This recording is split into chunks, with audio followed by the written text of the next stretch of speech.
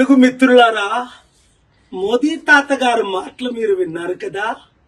చంద్రబాబు గారు, బ్రదర్ పవన్ కళ్యాణ్, ఇది మనమే చేయాలి, మీరే చెయ్యాలి. అధికారంలో వచ్చినంత వరకు ఏమన్నారు?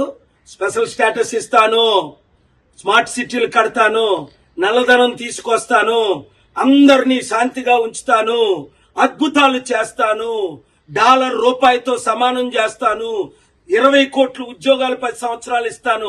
ఆ మాటలన్నీ మర్చిపోయి 2014లో వచ్చినప్పుడు మనకి మట్టి దీపము, ఇప్పుడు వచ్చినప్పుడు పవన్ కళ్యాణ్కి ఆ విక్కీ టాబ్లెట్. అప్పులు మనం చేసి మన రాజధాని కట్టుకోవాలట.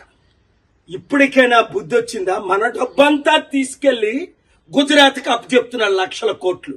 మార్పు రావాలి. మాకు మోదీ వద్దు, మోదీ తొత్తులు వద్దు అన్నవారందరూ క్లిక్ చేయండి, వీడియో ఫార్వర్డ్ చేయండి, మార్పు తీసుకురండి.